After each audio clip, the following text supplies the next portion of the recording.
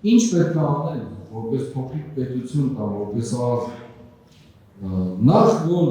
ամեն ինչի ակունքը սկիզբը վերջը վարկագիծը բոլոր հարցերի լուծումն է։ Առաջի դարերի քրիստոնյաները, առաջի երկրորդ դարերի կամ մարդիկ դարձի են գալիս քրիստոնեության էին դառնում,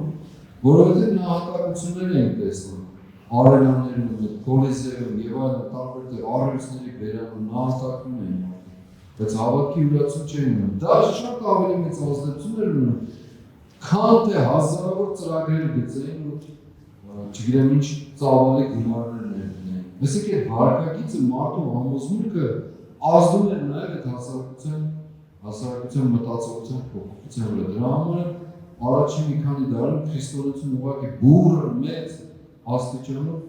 զարգացում ապրեց եւ ի վերջո դարձավ թե մեզ թե աշխարհի տարբեր անկյուններում պետական կրոն, ազգային կրոն։ Հիմա ինչ է պետք անել այսօր։ Առաջինը դա վարկագծի փոփոխությունն է մեր կյանքում։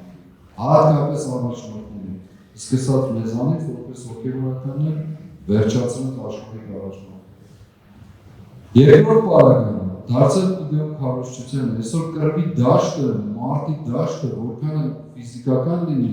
երկու եւ ավելի այդքան գտնում է քարոզչական տիրույթում։ Ճշմարտություն ինչպես կարող են վերածել ստի եւ սուտը ինչպես կարող են վերածել ճշմարտությանը։ Սա այսօրվա պայքարն է, կռիվն է։ Հետևաբար քարոզչական դաշտում թե օրինակների իմաստով, թե դարձավ թիպներ ստեղծելու իմաստով, թե ի վերջո այդ առաքինությունները փոխանցելու իմաստով, վերստիպ գնանք կրթական ակունքներին, մանկապարտեզից սկսելու իմաստով,